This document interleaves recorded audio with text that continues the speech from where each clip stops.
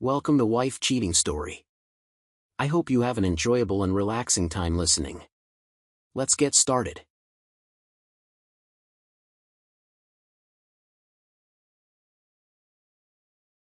Before we begin, tell us, where in the world are you watching from? We love knowing our global reach. Now, let's dive into today's story. Chapter 1, Shattered Illusions. Leo Walcott stood in his kitchen, surrounded by the scent of roasting turkey and cinnamon, meticulously preparing Christmas dinner for his family. At 52, Leo had built a successful construction company from nothing, working 80-hour weeks for decades. His weathered hands told the story of a man who had climbed his way up from being a site laborer to owning Walcott Construction, one of the most respected firms in Colorado. The sprawling mountain home where they now lived represented everything he'd sacrificed for. The long absences from home, the missed birthday parties, the postponed vacations. But it had all been worth it to give Dana, his wife of 27 years, and their children the life they deserved. Leo wiped his hands on his apron and walked to the window, hoping to catch a glimpse of his family enjoying the snow-covered backyard. The renovation of their vacation cabin had been a point of tension lately. Dana insisted on using Riviera designs, a pretentious outfit charging triple what Leo knew the work was worth. He'd eventually relented, as he always did when it came to making Dana happy. When he cracked open the window to let in some crisp mountain air, voices floated up from the stone patio below. "I can't believe we're spending Christmas with that loser." The unmistakable voice of Tyler, his 24-year-old son, cut through the silent winter air. Leo froze, his hand still on the window latch. "Just until he pays for the house renovation." Dana's voice was casual, as if discussing the weather. "Vincent has already drawn up the plans for our place.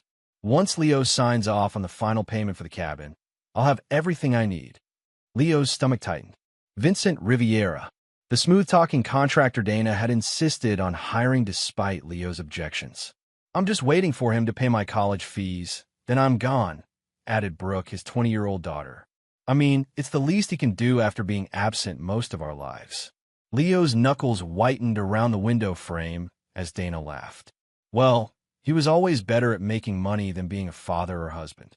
At least we can use that to our advantage." "When are you telling him about the divorce?" Tyler asked. "After the renovation is complete," Dana replied. "Vincent and I need to secure the financing for our new building first. That idiot believes I'm redecorating our cabin for it." Her mocking tone twisted like a knife in Leo's chest. "God, Mom, you're ruthless," Brooke giggled. "I love it. Life lesson, sweetie. Take what you deserve," Dana responded. Leo was always too busy building his precious company to notice what was happening in his own home.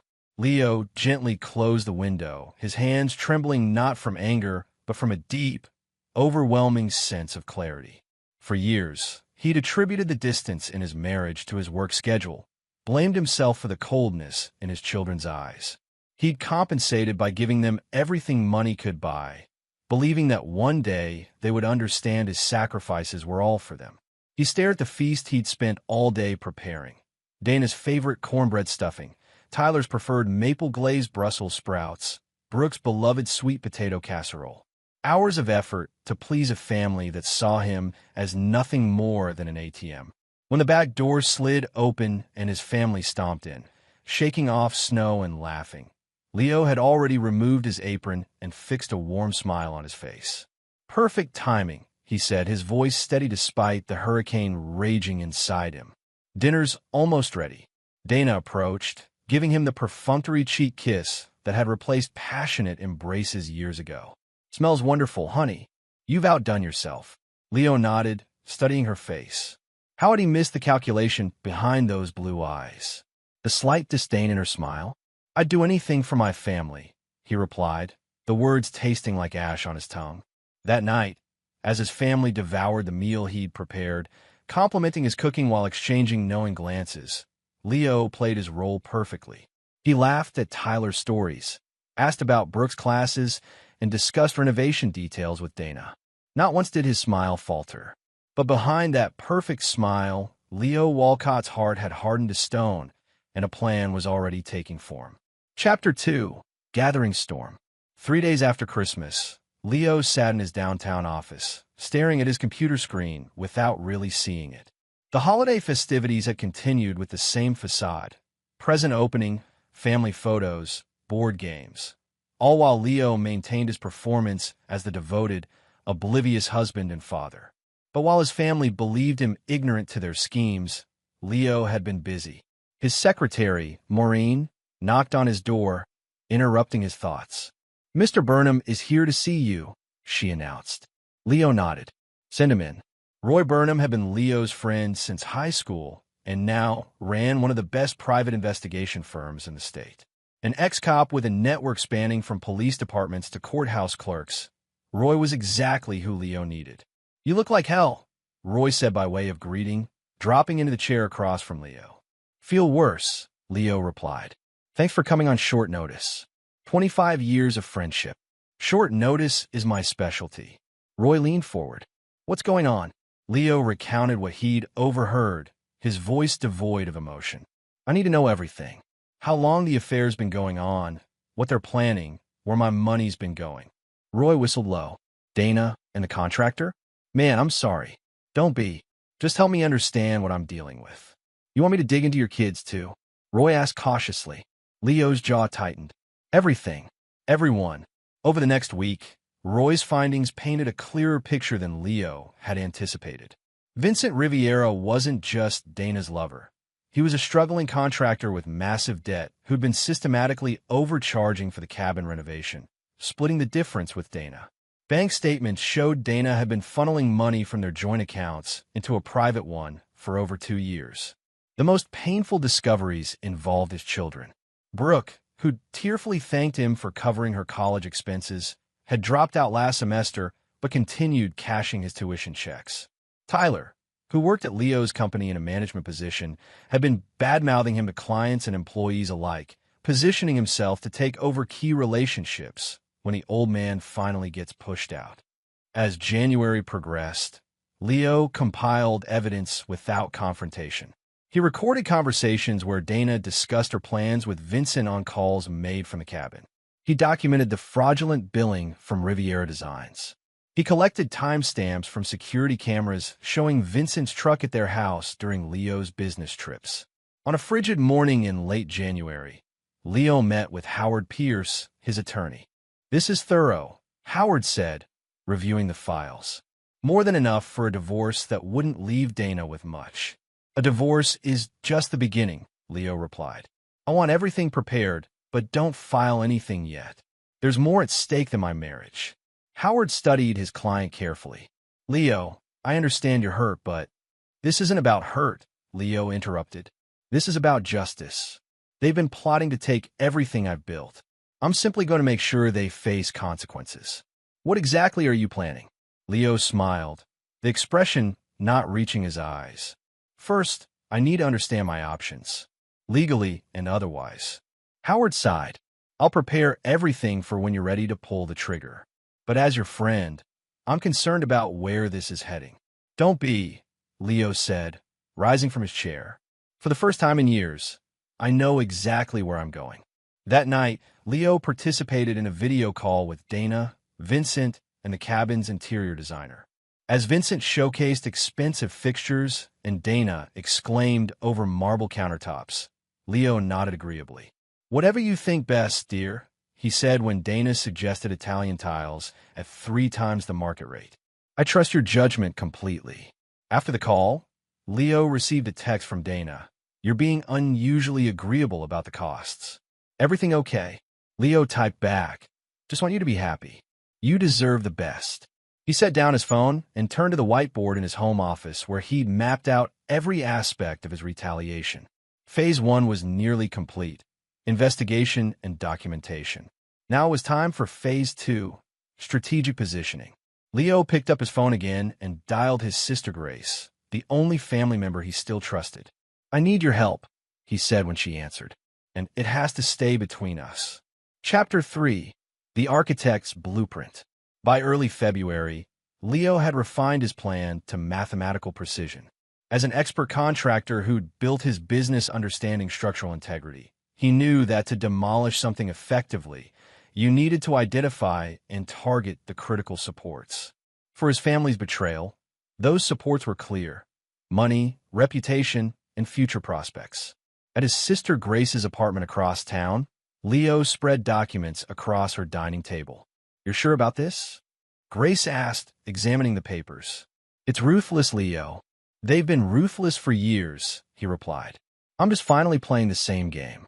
Grace, a financial advisor who'd warned Leo about joint accounts with Dana years ago, shook her head. "Dana never deserved you. But your kids, my kids who laugh about bleeding me dry, who've been manipulating me their entire adult lives." Leo's voice remained calm, despite the subject matter. "They made their choice when they decided I was nothing but a wallet." The blueprint Leo had designed was comprehensive. For Dana and Vincent, he discovered their plan to launch a luxury design firm using the money from Leo's final payment for the cabin renovation, a payment that would never come. For Tyler, who'd been undermining him and the company while living rent-free in a condo Leo owned, there would be professional consequences. For Brooke, who'd lied about her education while enjoying Leo's financial support, there would be a harsh lesson in self-reliance. Leo had already begun implementing preliminary steps. He'd quietly transferred his personal assets to new accounts. He'd scheduled meetings with key clients to secure their loyalty. He documented every fraudulent invoice from Vincent's company to build a case for criminal charges if necessary. "The timing is crucial," Leo explained to Grace. "Dana plans to ask for the divorce after I make the final payment for the renovation. Vincent needs that money to clear his debt before they launch their business. Tyler's waiting for the right moment to steal my client relationships. Brooke needs next semester's tuition payment. And you're going to pull the rug out from under all of them simultaneously," Grace concluded. "Exactly. But first, I need to give them enough rope." The next day, Leo called a family meeting at their main residence, claiming he wanted to discuss some exciting company developments. When everyone had gathered in the living room, Leo smiled warmly. "I've been doing some thinking," he announced. "About priorities." Dana raised an eyebrow. "What kind of priorities?" "Family ones," Leo replied. "I've been so focused on work that I've neglected what really matters." He looked at each family member in turn. "That's going to change. I'm stepping back from day-to-day operations at Walcott Construction." Tyler sat up straighter. "Really? Who's going to take over?" Leo noticed the barely concealed eagerness in his son's voice. "I'm promoting Russell to interim CEO while I figure things out. But I'll be looking to the future of the company leadership soon." Tyler's face fell. Russell Barnes had been Leo's right-hand man for 15 years and was fiercely loyal. "But that's not all," Leo continued. "Dana, I want to accelerate the cabin renovation. Whatever it takes, double the crew, premium materials, overtime hours. Let's get it done by the end of next month instead of summer." Dana exchanged a quick glance with Tyler. "That's generous, Leo, but will be expensive. Money's not an issue. I've realized life is too short to wait for the things we want." Leo turned to Brooke. "And sweetheart, I've been thinking about your education. Instead of just paying tuition, I want to set up a trust fund for you. Something substantial that gives you security." Brooke's eyes widened. "Dad, that's wow. Thank you." "Don't thank me yet," Leo smiled. "I need to meet with Howard to structure it properly. We'll get it done next month, along with some other financial planning I've been postponing." As his family reacted with barely disguised delight, Leo watched them carefully. Dana was already mentally calculating additional funds she could divert to her secret account. Tyler was contemplating how to position himself for the company leadership role. Brooke was thinking about all the things she could buy with trust fund money. None of them suspected that Leo was setting a deadline for their schemes, a deadline they would miss catastrophically. After the meeting, Dana approached Leo in the kitchen. "This is a wonderful change, Leo. What brought on?" Leo took her hand, the touch making his skin crawl. "I've just been reflecting on what matters. Making sure everyone in this family gets exactly what they deserve." Dana smiled and kissed his cheek. "I've always known you'd come around eventually." "Better late than never," Leo replied, squeezing her hand gently while imagining the moment that smile would shatter. In his home office that night, Leo made a call to Roy Burnham. "I need more surveillance on Vincent Riviera. Specifically, I need to know who else he's been working with." You think the contractor's got other schemes going? Everyone has patterns, Leo replied. I doubt Dana is his first or only target. As February progressed, Leo played the role of the distracted, generous husband and father perfectly. He approved outrageous expenses for the cabin renovation. He hinted to Tyler about future leadership opportunities. He discussed trust fund details with Brooke. All the while, he was methodically cutting the supports out from under them, one by one, without any of them noticing the foundation was already crumbling. Chapter 4. Smoke and Mirrors. By the third week of February, Leo's plan was accelerating like a perfectly timed demolition sequence. Vincent Riviera had doubled his crew at the cabin, believing the rush timeline meant even more opportunity to pad invoices.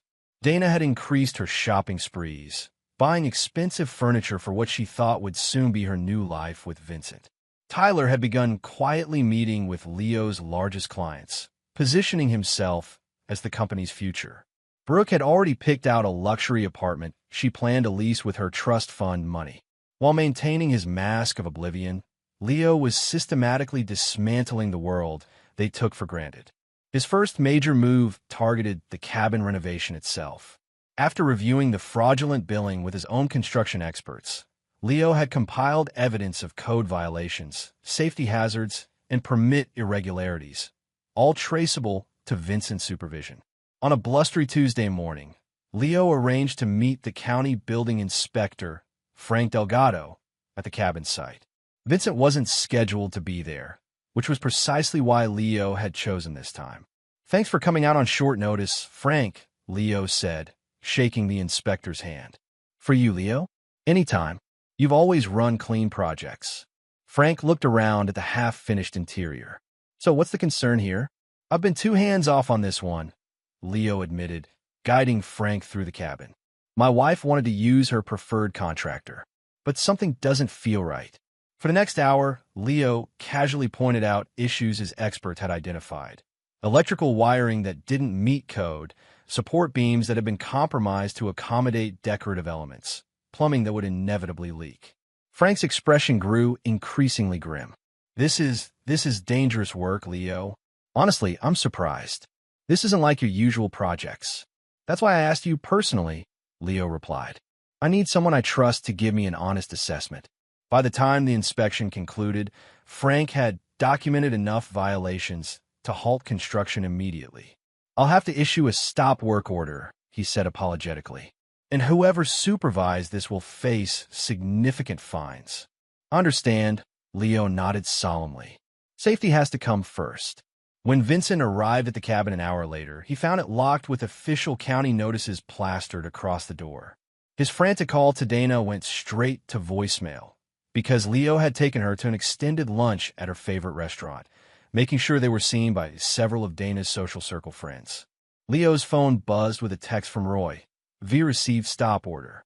Attempting to contact D. Proceeding to phase 2.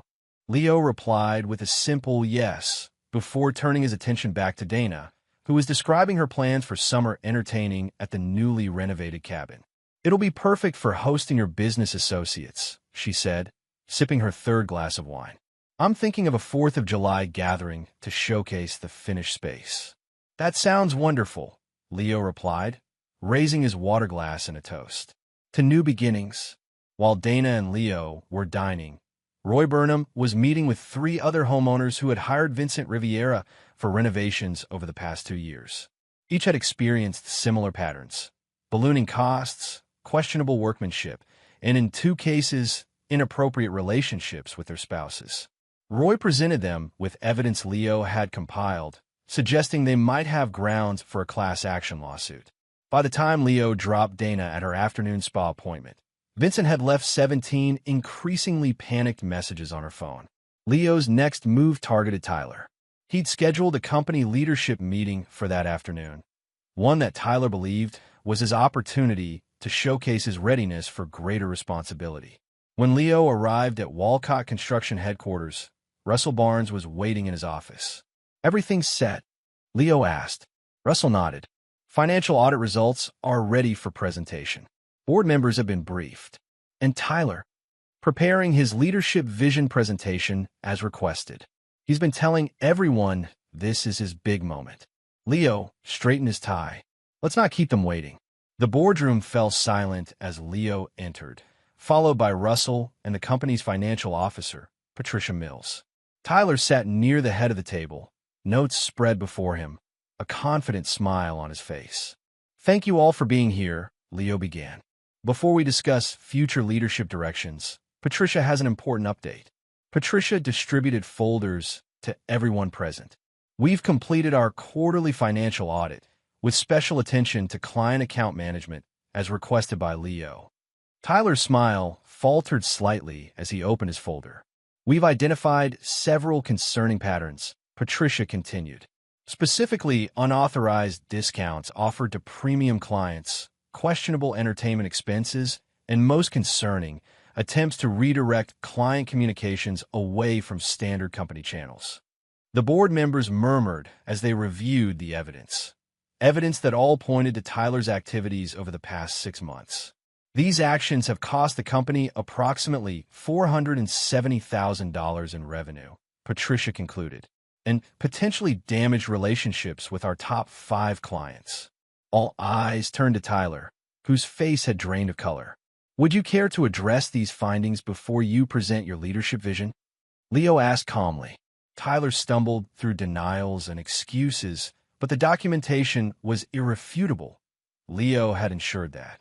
By meeting's end, Tyler's position at the company was suspended pending further investigation, and his dreams of ascension were in ruins. As the board members filed out, Leo stopped Russell. Make sure security escorts him from the building. Change his access codes immediately.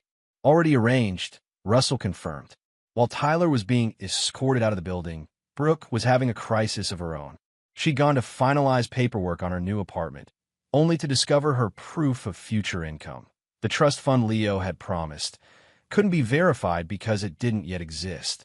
The leasing office had apologetically informed her that without verification, they would need to offer the unit to another applicant. Her panic call to Leo went to voicemail. He was busy meeting with Howard Pierce to finalize the last and most critical phase of his plan. The timing has to be perfect, Leo explained, reviewing documents Howard had prepared. Dana will be getting calls from Vincent any minute now. Tyler will be looking to her for support. Brooke will be demanding answers about the trust fund. I need everything ready before I walk through that front door tonight. Howard passed him a final set of papers. It's all here. But Leo, once you start this, there's no going back. Leo's expression remained impassive. There was no going back the moment I heard them talking in the backyard at Christmas. That evening, Leo arrived home to chaos. Dana was pacing the living room. Phone pressed her ear, while Tyler gesticulated wildly and Brooke sat crying on the couch. Oh, thank God, Dana exclaimed when she saw him. Leo, everything's falling apart. Vincent says there's some problem with the cabin permits. Tyler's been suspended, and Brooke's apartment fell through. Leo set down his briefcase calmly. That does sound serious. Let's discuss it over dinner. I've had quite a day myself. Dinner, Tyler almost shouted. Dad, my career is imploding, and no one cares about my apartment. Brooke added through tears. Leo moved to the bar cart and poured himself a rare whiskey. I care very much about all of these situations. That's why I'd like to discuss them properly. Dana, I believe we still have that beef bourguignon in the fridge from your dinner party planning. Let's heat that up. His unnerving calm cut through their panic. For the first time, uncertainty flickered across Dana's face as she studied her husband's expression. Leo, she said carefully, what's going on? He took a slow sip of whiskey, savoring the moment. Let's just say I've been doing some renovation work of my own. And unlike Vincent's projects, mine is right on schedule. Chapter 5, The Spider's Web. The next morning found the Walcott family in stunned silence at the breakfast table. The previous night's revelations had landed like precision strikes. Leo had calmly informed them that he knew everything. The affair, the financial schemes, the betrayals large and small. He had laid out just enough evidence to make it clear this wasn't a bluff, but had withheld the full extent of his knowledge and plans. I have a meeting with Howard at 10, Leo announced, buttering his toast as if discussing the weather. "Dana, I think you should come along." Dana, still wearing yesterday's clothes after a night of frantic calls with Vincent, looked up with red-rimmed eyes. "For what purpose?" "To discuss terms, of course." Leo's tone remained conversational. "You wanted a divorce. I'm simply expediting the process." Tyler, who had spent the night on the couch after discovering his key card no longer worked at his condo, another property owned by Leo, slammed his fist on the table. "This is bullshit. You can't just cut us off like this." Leo regarded his son with cool detachment. "I've cut nothing off yet. That's what today's meeting is about, establishing exactly what everyone deserves going forward." Brooke, uncharacteristically quiet, finally spoke. "Dad, I know I messed up about school, but—" "Yes, you did," Leo interrupted. "You lied about your education while taking my money.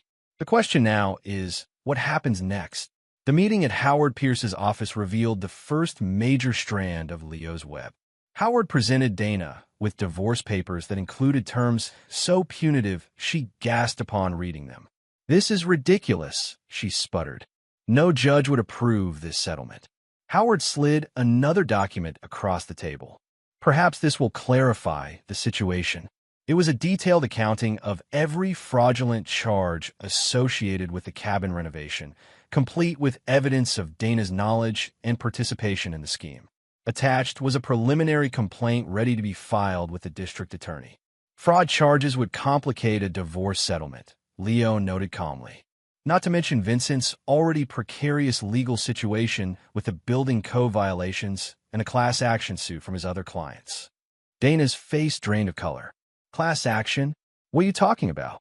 "I'm not the first husband Vincent has targeted through his business," Leo explained, "though I may be the last.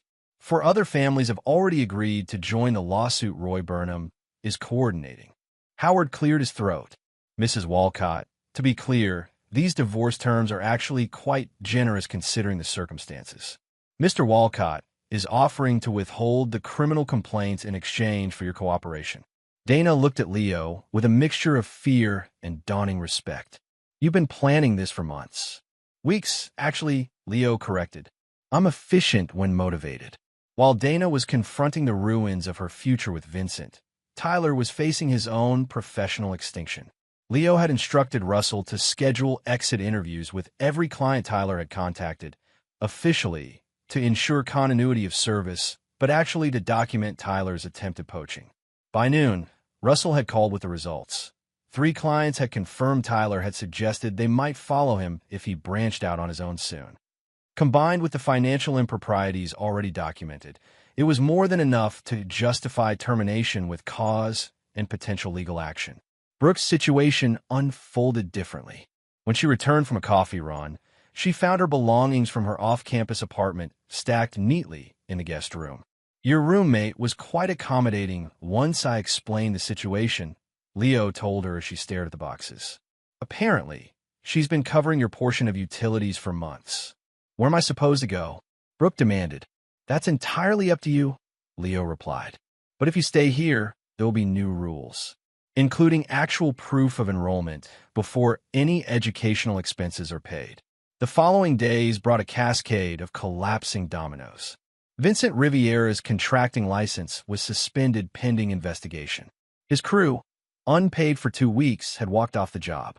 The cabin stood abandoned, the stop work order still plastered across its door.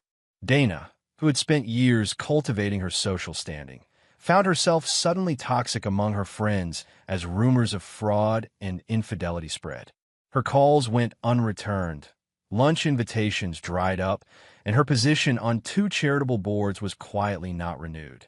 Tyler discovered that his industry reputation was in tatters. Every potential employer in his contact list had somehow heard about his actions at Walcott Construction. His attempts to reach former colleagues were met with awkward rejections. Brooke, facing the reality of her terminated credit cards and frozen bank accounts, had reluctantly applied for work at a local coffee shop, the only place that would hire her without experience. Through it all, Leo maintained his routine with machine-like precision. He went to work, came home, ate dinner alone in his study, and slept in the guest bedroom. He answered direct questions with minimal responses and offered no reaction to tears, accusations, or promises to change. It was Grace who finally confronted him about the emotional toll of his revenge. She found him at his office late one evening, meticulously reviewing company finances. "You've destroyed them," she said without preamble. Mission accomplished. Leo didn't look up from his computer. "Not yet." Grace sighed, dropping into the chair across from his desk. "Leo, I supported you because what they did was inexcusable. But this scorched earth campaign, it's changing you. It's revealing me," Leo corrected, "the man they thought they could use and discard. And what happens when it's over? When you've taken everything from them?" Leo finally met his sister's concerned gaze. "I start over. Without the illusions that have defined my life for nearly 3 decades. Grace studied her brother's face, searching for any crack in his resolve. "They're still your family." "No," Leo said simply. "They're not. They made that decision, not me." The next morning, Leo received a call from Howard. Dana had agreed to the divorce terms, a settlement that left her with just enough to start over, but none of the luxury she had grown accustomed to. Most importantly, she would provide written testimony about Vincent's fraudulent business practices in exchange for immunity from prosecution. "She's broken," Howard said. "They all are." "Is that enough?" Leo glanced at his calendar, where a red circle marked a date the following week. "Not quite. There's still the matter of consequences." "Haven't they suffered enough?" "Suffering isn't the point," Leo replied. "Justice is, and justice requires full accountability." 2 days later, Vincent Riviera was arrested on multiple charges of fraud, permit violations, and theft by deception. The class action lawsuit had spurred the district attorney to take action, particularly after Dana's detailed statement arrived on his desk. The local business journal ran a front-page story about the arrest, including mentions of Walcott Construction as the company that exposed the scheme. Leo had the article framed and placed on his desk, not for vanity, but as a reminder of the price of trust. Tyler, desperate and unemployable, finally approached Leo at the office, bypassing security by claiming a family emergency. "Dad, you've made your point," he pleaded. "I screwed up. I've learned my lesson." Leo regarded his son impassively. "Have you? What lesson would that be?" "That I can't take you for granted. That loyalty matters. Interesting that your first loyalty lesson comes with your back against the wall." Leo opened his desk drawer and removed a single sheet of paper. "Here's what I'm offering. A one-way ticket to Seattle and enough money for 3 months' rent. My colleague Thomas Blake will give you an entry-level position at his construction firm. No family connection, no special treatment." Tyler stared at the paper. "You're exiling me? I'm offering you what you've never had, a chance to succeed or fail on your own merits." After Tyler left, clutching the ticket like a lifeline, Leo received a text from Roy Burnham. "Target has taken a bait. Proceeding as discussed." Leo allowed himself a small smile. The final phase was set in motion. Chapter 6, Checkmate. As March arrived with unexpected warmth, Leo executed the final moves in his carefully orchestrated plan. The date circled in red on his calendar was March 7th, what would have been his 28th wedding anniversary with Dana. It was also, not coincidentally, the date Vincent Riviera was scheduled for his preliminary hearing. At Leo's instruction, Howard had arranged for Dana's divorce settlement to be finalized that same day, creating a symmetry that appealed to Leo's sense of poetic justice. What should have been a celebration of partnership would instead mark its official dissolution and the beginning of Vincent's legal nightmare. But Leo's true masterstroke remained hidden, waiting to be revealed. On the evening of March 6th, Dana approached Leo in his study.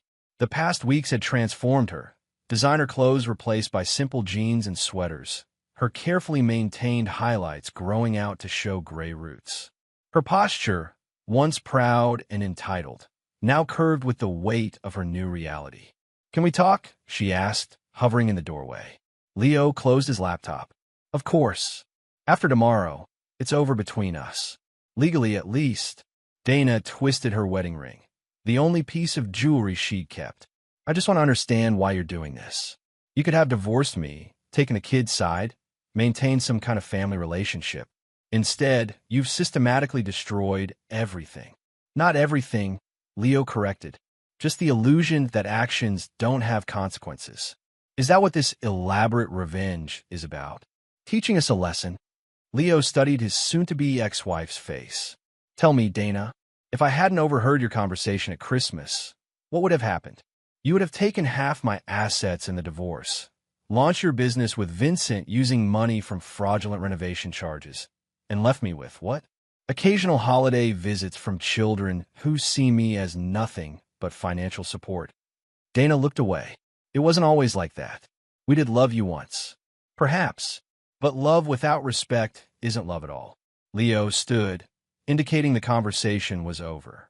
Tomorrow closes this chapter for all of us. I suggest you prepare for your court appearance. The next morning, Dana left early for her meeting with Howard and the judge. Tyler had already departed for Seattle 3 days earlier, his farewell consisting of a terse nod and mumbled thanks for the second chance. Brooke remained in the house, working evening shifts at the coffee shop and taking online classes to complete her degree, a condition Leo had established for her continued residence. Leo arrived at the courthouse just as Vincent's hearing was scheduled to begin. He slipped in the back row, unnoticed by Vincent or his attorney. The proceedings were brief and devastating for the contractor. Based on the evidence Leo had provided, bail was set at an amount Vincent couldn't possibly afford. He would remain in custody until trial. As Vincent was led away in handcuffs, his eyes finally locked with Leo's. The momentary flash of hatred gave Leo a grim satisfaction. Recognition. That was what he wanted from all of them.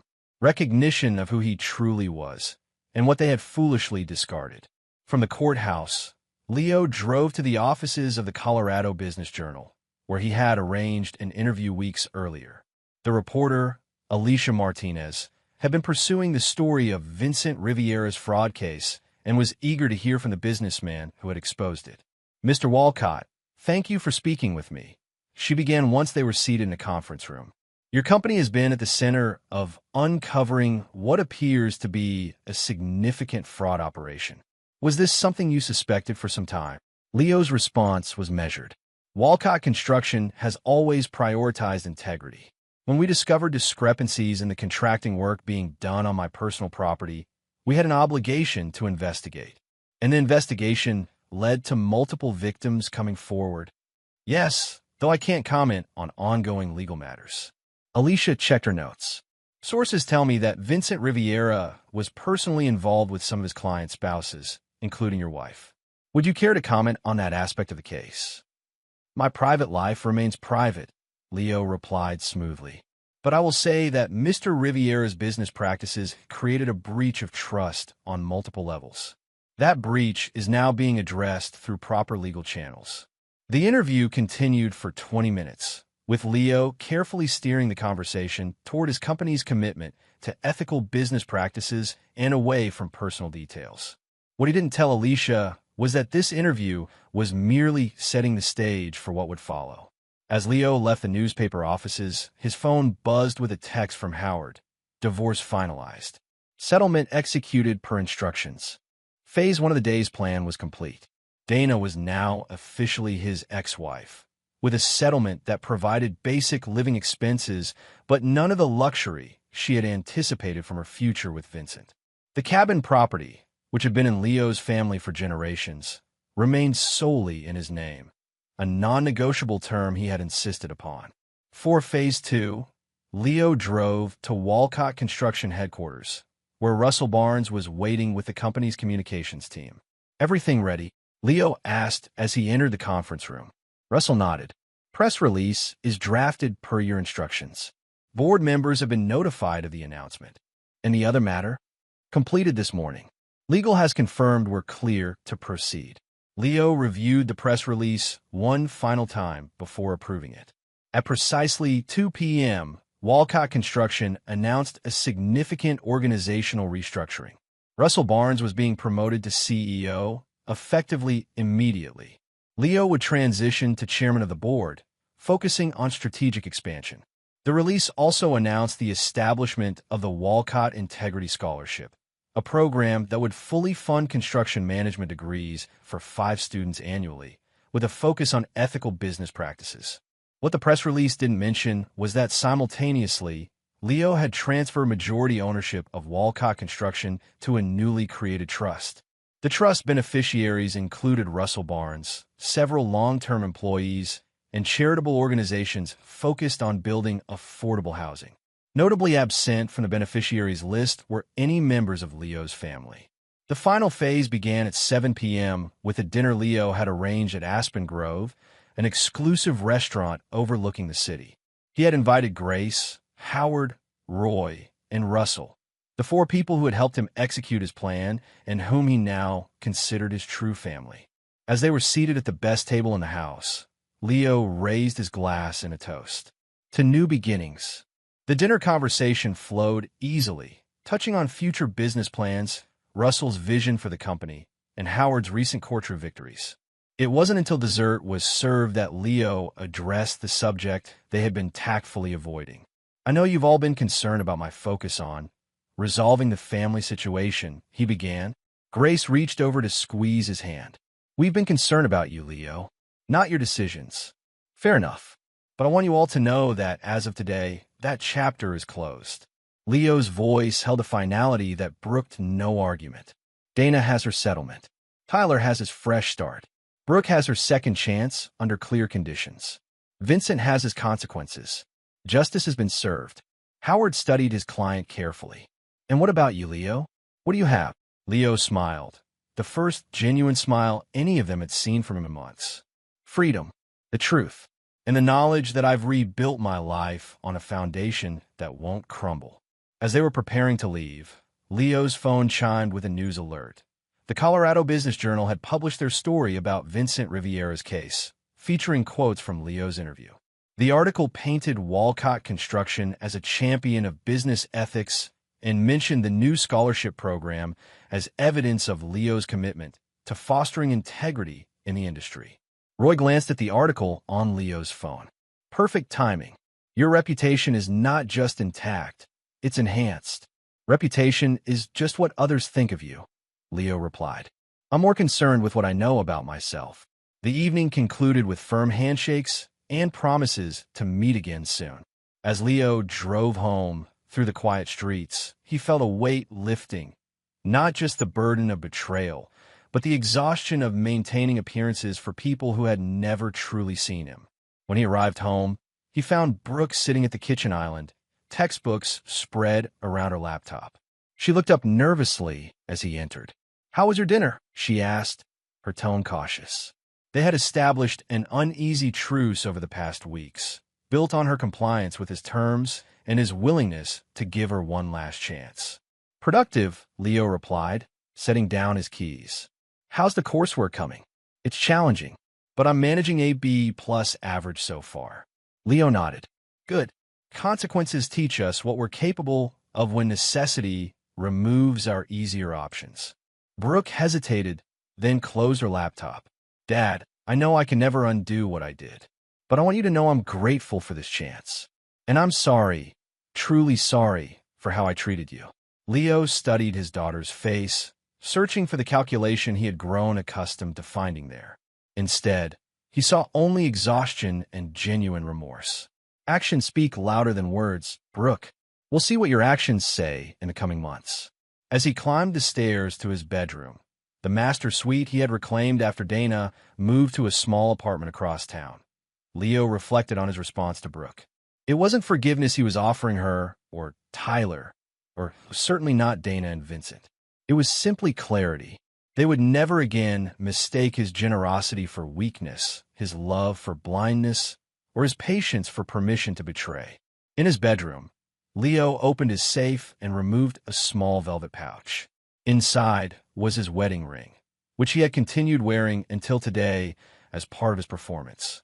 He placed it in a small wooden box along with the family photo that had sat on his desk for years. Then he closed the box and returned it to the safe. That chapter was indeed closed. Whatever came next would be written entirely on his terms. Chapter 7. The Final Stroke.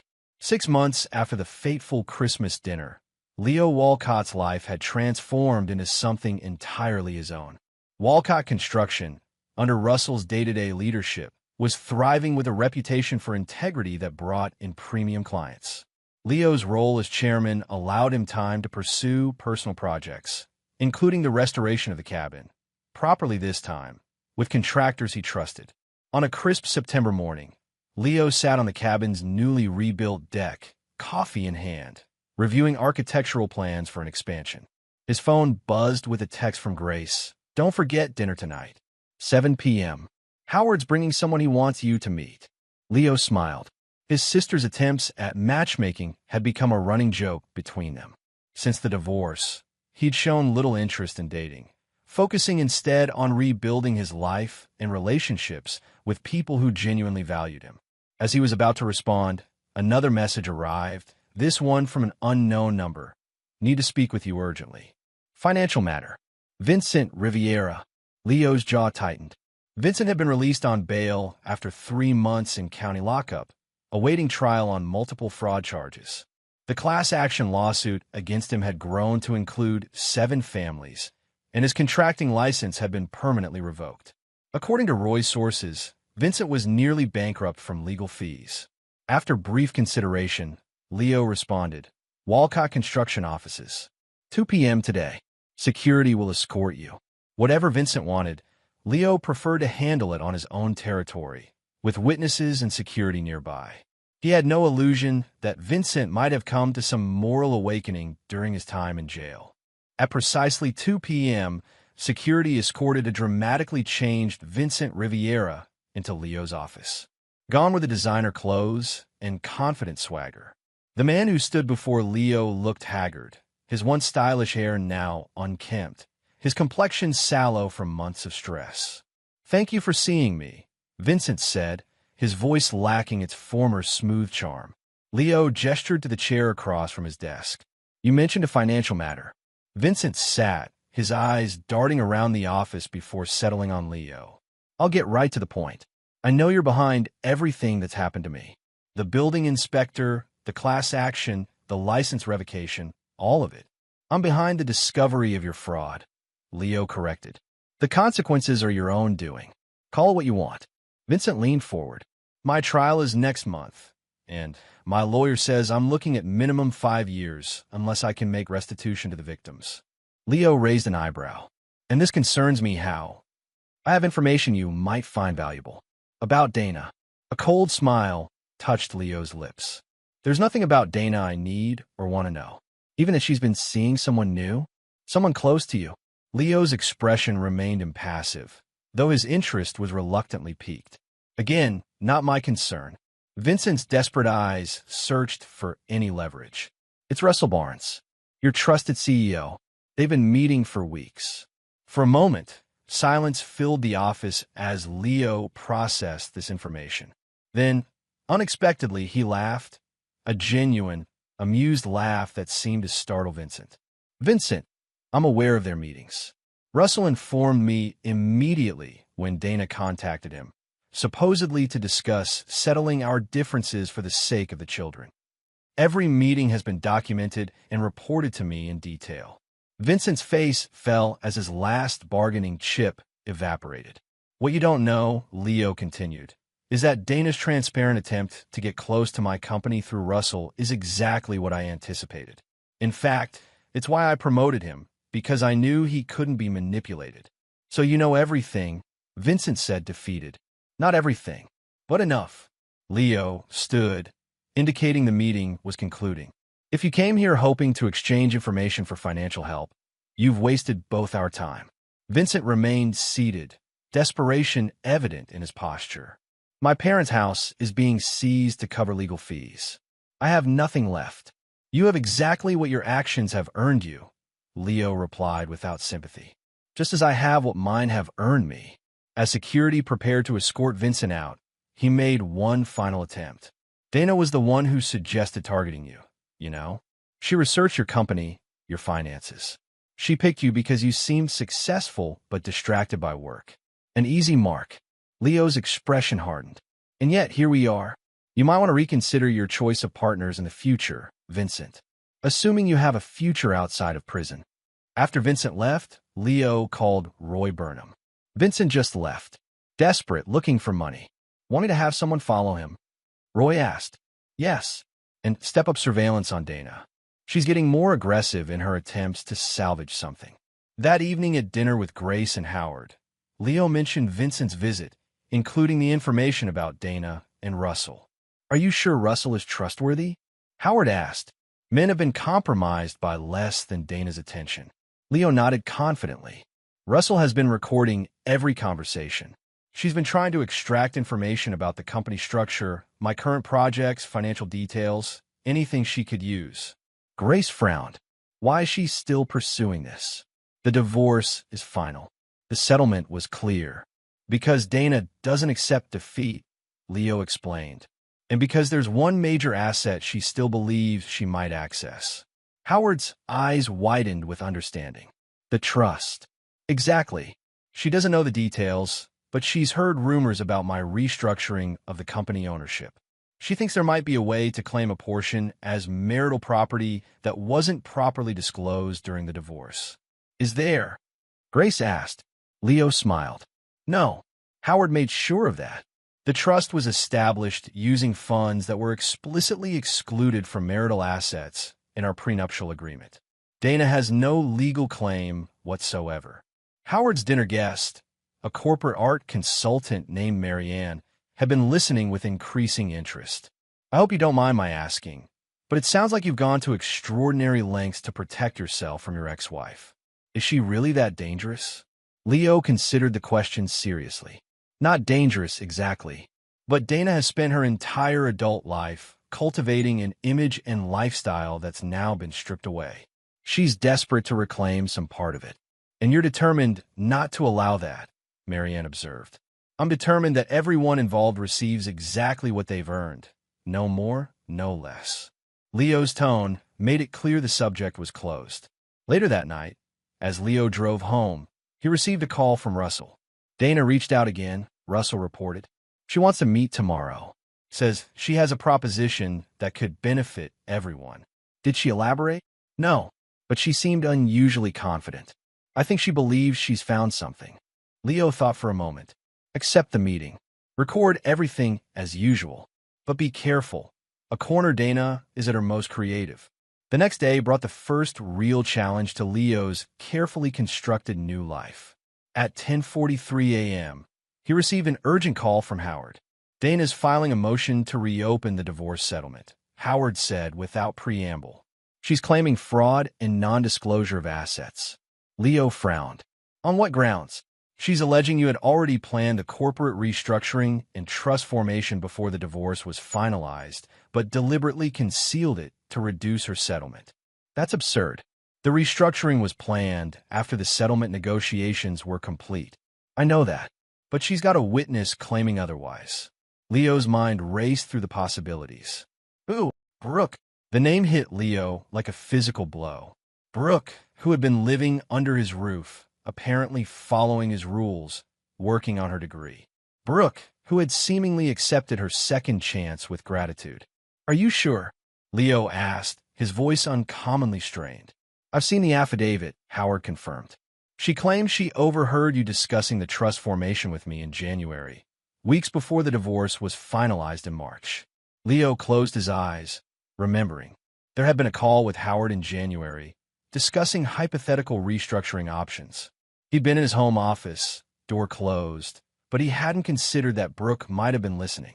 It's her word against ours, Leo said finally. And she has motivation to lie. Agreed. But complicates things. A judge might order discovery, which means detailed financial reviews, depositions. No, Leo interrupted. We're not doing that. It's time for the final move. What final move?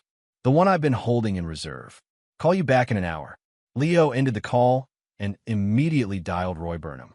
I need everything we have on Dana and Vincent's financial arrangements. All of it. And I need to access the Kingfisher protocol. There was a pause on the line. You're sure? Once that's initiated, there's no calling it back. I'm sure. Dana's made her final play. Time for mine. The Kingfisher Protocol was the codename Leo and Roy had given to the most devastating element of Leo's revenge plan, one so extreme that Leo had held it in reserve, hoping it would never be necessary. But Dana's attempt to reopen the divorce settlement using Brooke as a weapon had crossed the final line. Within the hour, Leo had assembled the key players in his strategy: Howard, Roy, Russell, and two forensic accountants who had been analyzing Vincent and Dana's financial activities for months. Dana's filed to reopen the divorce settlement, Leo explained to the group. She's using Brooke as a witness to claim I concealed assets during negotiation. Howard nodded. It's a weak case, but potentially messy.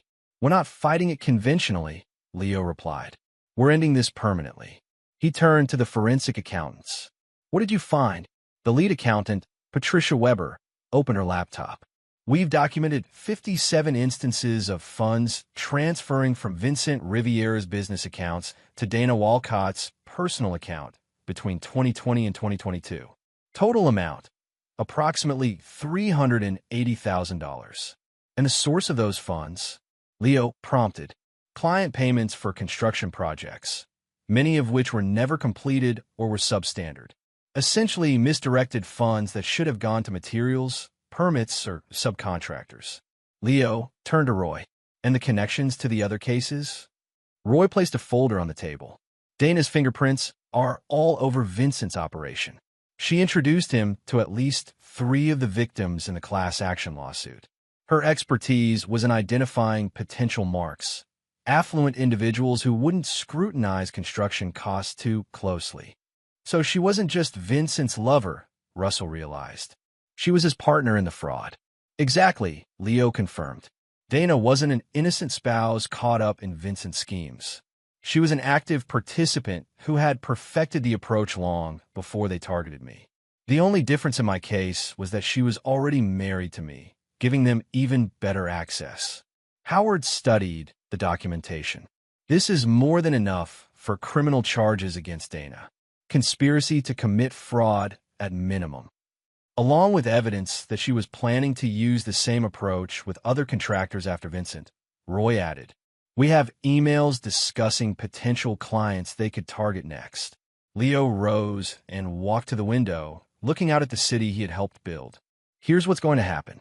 Howard, you'll contact the district attorney with all of this evidence. Roy, you'll provide the connection to the other victims so they can add Dana to their civil suit. Russell, you'll proceed with your meeting with Dana, but now you'll be wired with police listening. And Brooke? Howard asked quietly. Leo's expression hardened. If she's chosen to align herself with Dana, she'll share Dana's fate. Her affidavit will be shown as perjury, likely committed under Dana's influence. Whether that leads to charges against her will depend on the DA's discretion. As the meeting concluded and his team dispersed to execute the final phase of Leo's plan, Roy remained behind. This will destroy any chance of reconciliation with your children, he pointed out. Are you certain? Leo's gaze was unwavering. They destroyed that chance when they chose to see me as nothing but a resource to be exploited. I'm simply ensuring they understand the full cost of that choice. By nightfall, Dana Walcott had been arrested on multiple felony charges related to fraud and conspiracy. Her meeting with Russell had yielded recorded evidence of attempted corporate espionage and blackmail, as she had threatened to fabricate sexual harassment claims against him if he didn't provide confidential company information. Brooke, confronted with evidence that her affidavit contained demonstrable falsehoods, had broken down and admitted Dana had promised her a percentage of any additional settlement in exchange for her testimony. While she avoided criminal charges thanks to Howard's intervention, the perjury attempt ended any remaining relationship with her father.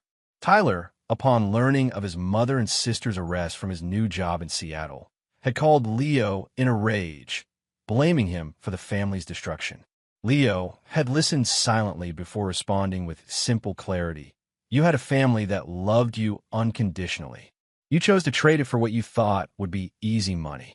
That choice has consequences.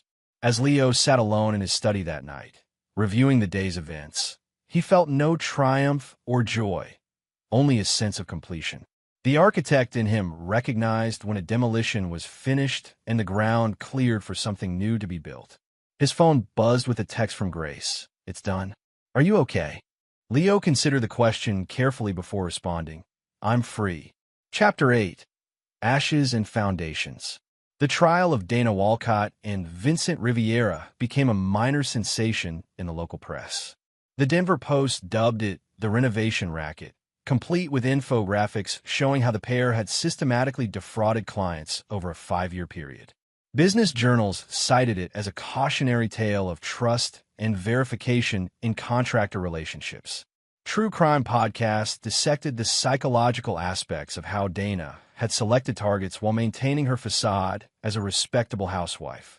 Throughout the media circus, Leo maintained his dignified silence, declining all interview requests and issuing only a brief statement through Howard.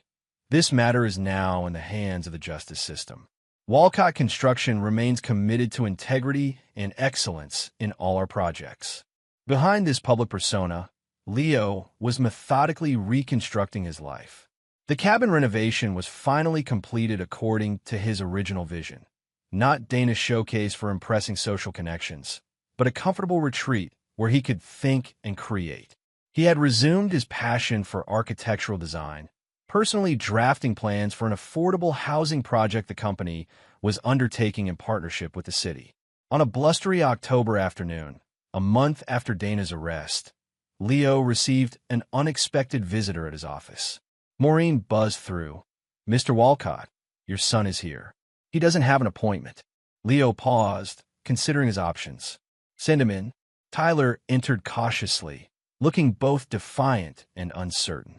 The past months in Seattle had changed him. His designer clothes replaced by practical workwear, his carefully styled hair now shorter and simpler. "Hello, Tyler," Leo said neutrally. "What brings you back to Denver?" Tyler remained standing, hands thrust in his jacket pockets.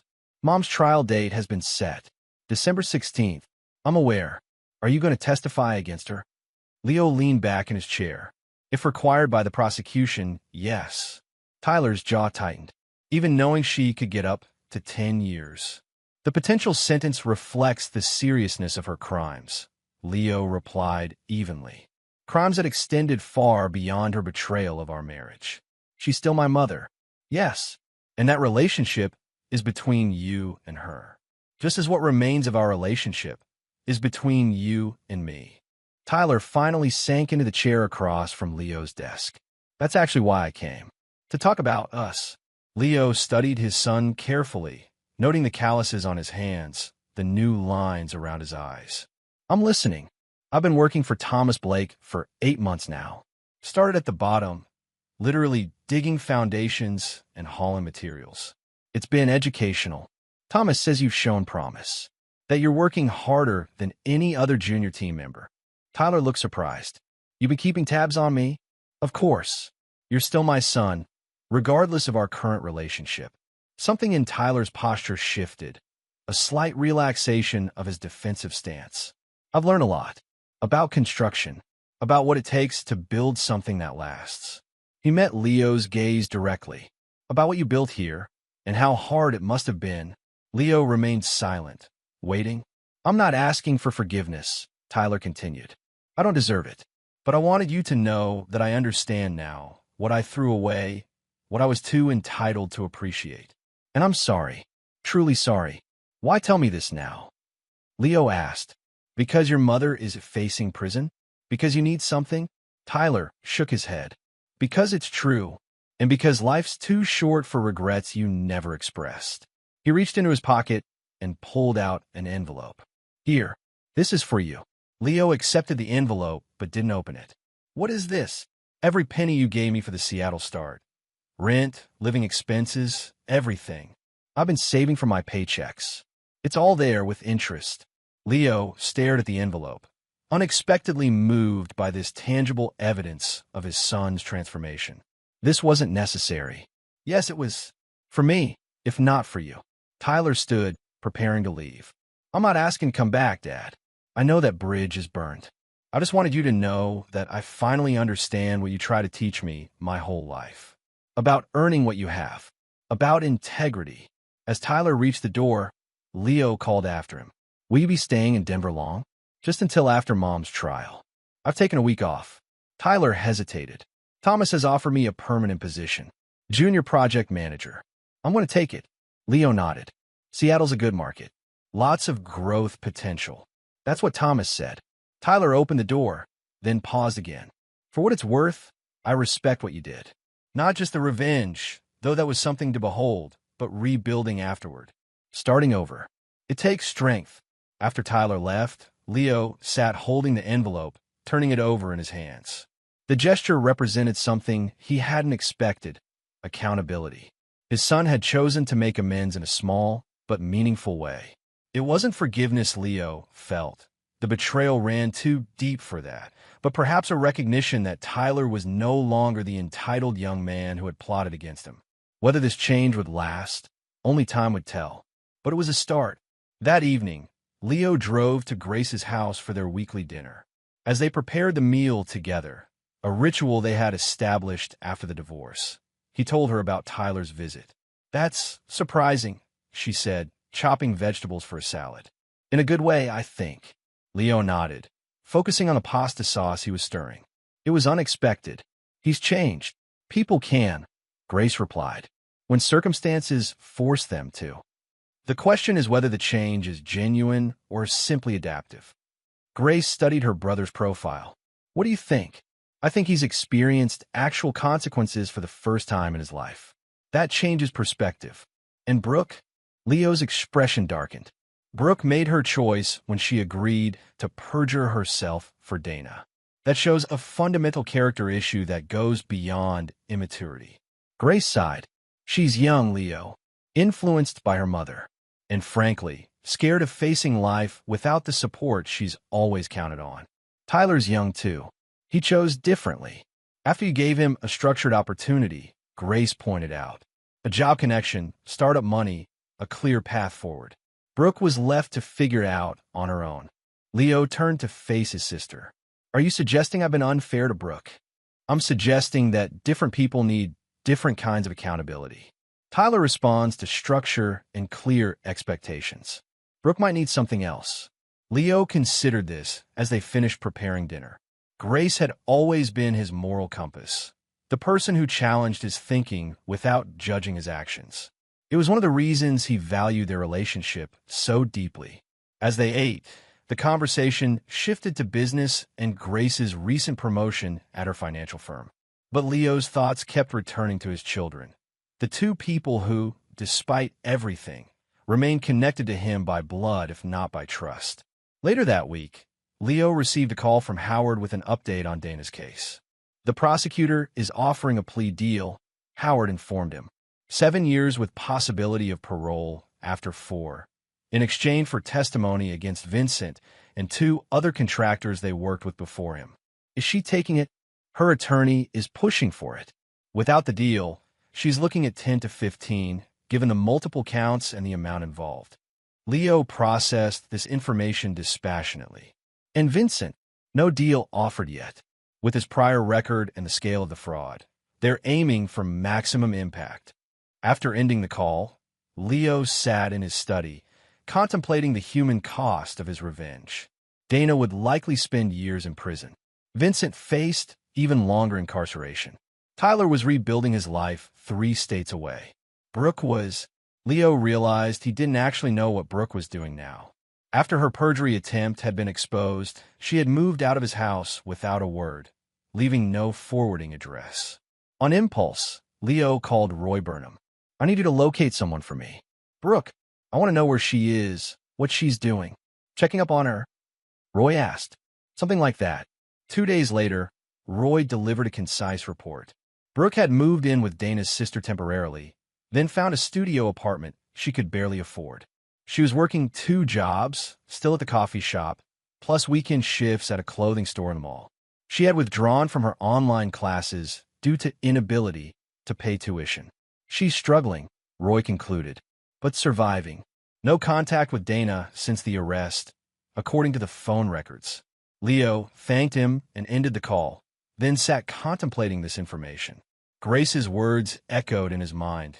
Different people need different kinds of accountability. The next morning, Leo drove to the coffee shop where Brooke worked. He parked across the street, watching as she served customers with mechanical efficiency, her face drawn and tired. She looked older than her 21 years, the entitled college girl replaced by a young woman facing harsh reality. After an hour, Leo entered the shop and joined the line. When he reached the counter, Brooke froze, coffee pot in hand, eyes wide with a mixture of fear and defiance. "One black coffee," Leo said quietly. Brooke mechanically filled a cup and pushed it toward him. $3.75. Leo handed her a $5 bill. "Keep the change. I don't need your charity," she said, voice low but intense. "It's a tip, not charity. For services rendered." Leo took his coffee and moved to a table in the corner, opening his laptop as if he had come to work. Throughout her shift, he felt Brooke's eyes on him periodically, but he never looked up. He simply worked, occasionally sipping his coffee. When her shift ended 3 hours later, Leo closed his laptop and stood to leave. Brooke approached him, her expression guarded. "Why are you here?" "I wanted to see how you were doing." "Why? So you can enjoy seeing me struggle?" "Another part of your perfect revenge." Leo shook his head. "No, because despite everything, I still care what happens to you." Brooke laughed bitterly. "Right. That's why you cut me off completely after Mom's arrest. You gave false testimony in an attempt to help her take more of what I've earned," Leo pointed out. "Actions have consequences, Brooke. That's the lesson in all of this." "So what now? You see me serving coffee and making minimum wage." Mission accomplished. Leo studied his daughter's face, Dana's cheekbones, his own eyes, currently filled with hurt and anger. "Have dinner with me. Not to reconcile, not to fix anything. Just to talk." Brooke hesitated, suspicion warring with curiosity. "Why should I?" "Because you've lost one parent to prison. It seems unnecessary to lose both, regardless of blame." That evening, they sat across from each other at a modest restaurant near Brooke's apartment. The conversation was stilted at first, carefully avoiding mention of Dana or the legal proceedings. Instead, Leo asked about Brooke's work, her apartment, her plans. "Plans?" Brooke repeated with a hollow laugh. "I'm barely making rent.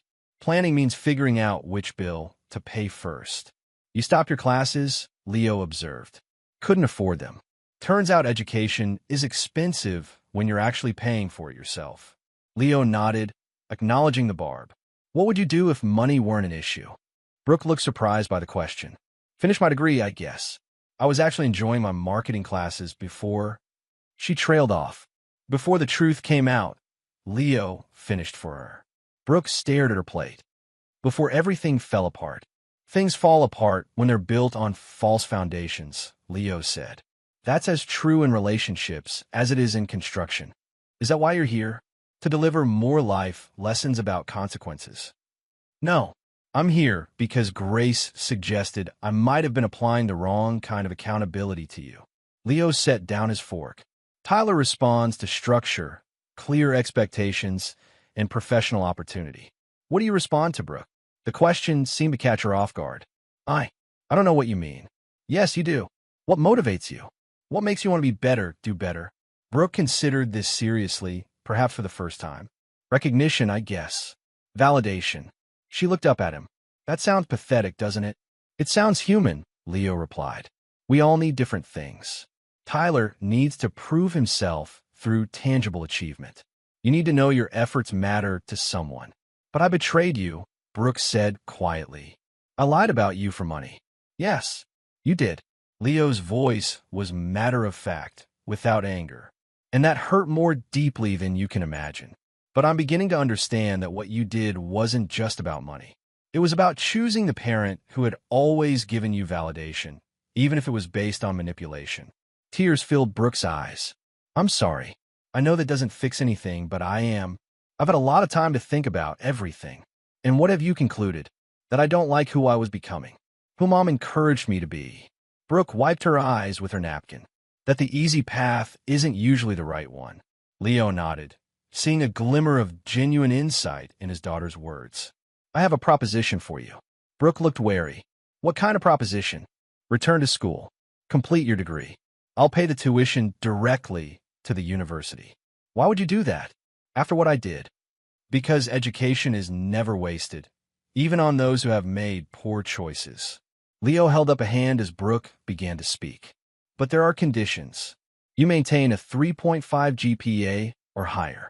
You continue working part-time to cover your living expenses. You provide me with regular updates on your progress. And you commit to complete honesty, regardless of how difficult the truth might be. Brooke studied him, searching for the catch. That's it? No public apology? No groveling? I don't want your humiliation, Brooke. I want your growth. Leo's expression was serious. This isn't forgiveness. It's an investment in who you might become, separate from who you were or what your mother taught you to be. As they finished dinner, Leo watched his daughter carefully.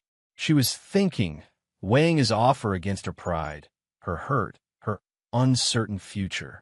I need time to think about it, she finally said. Take a week, Leo replied. Then let me know your decision.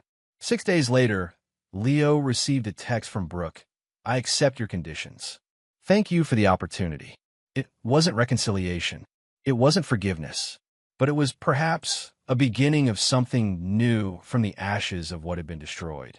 Like the foundation of a building, it would need time, attention, and careful work to determine if it could support anything of lasting value. Chapter 9. Steel and Stone.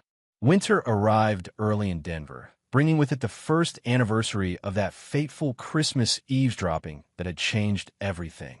Leo marked the occasion not with bitterness, but with quiet reflection, sitting alone in his cabin as snow fell outside the window. The past year had taught him more about himself than the previous 5 decades combined. He had discovered his capacity for calculated ruthlessness, yes, but also his resilience and ability to rebuild from total devastation. Most surprisingly, he had discovered that moving forward didn't require forgiveness. It simply required clarity about what mattered now. Dana had accepted the prosecutor's plea deal and begun serving her 7-year sentence at the Women's Correctional Facility in Pueblo. Vincent's trial had concluded with a 15-year sentence, his multiple prior fraud convictions finally catching up with him.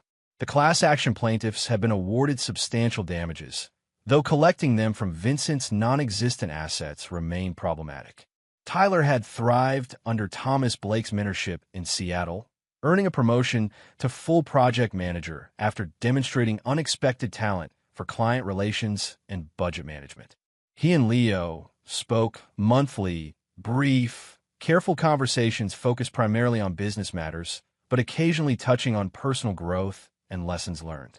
Brooke had returned to school with surprising determination, exceeding Leo's GPA requirement and securing an internship with a marketing firm for the upcoming summer. Their relationship remained formal but not cold, defined by clear expectations and boundaries rather than the unquestioning trust that had been shattered. As for Leo himself, the company continued to prosper under Russell's leadership, allowing Leo to focus on the architectural work that had been his first love. The affordable housing project was nearing completion, its innovative design already drawing attention from urban planners nationwide. His personal life had evolved as well. After months of Howard's persistence, Leo had finally agreed to a proper dinner with Marianne, the art consultant. Their connection had been unexpected but welcome. 2 adults with established lives finding common ground in their appreciation for design, their direct communication styles, and their lack of illusions about relationships. On Christmas Eve, exactly 1 year after the revelation that had transformed his life, Leo hosted a small gathering at the main house. The guests included Grace and her husband, Howard and his wife, Russell and his family, Roy, and, most significantly, Tyler and Brooke. It wasn't a reconciliation in the traditional sense. Leo had made it clear to his children that trust, once broken, could not simply be restored through time or words. But it was an acknowledgement that they were all still connected, still family, in some fundamental way that transcended betrayal and consequences.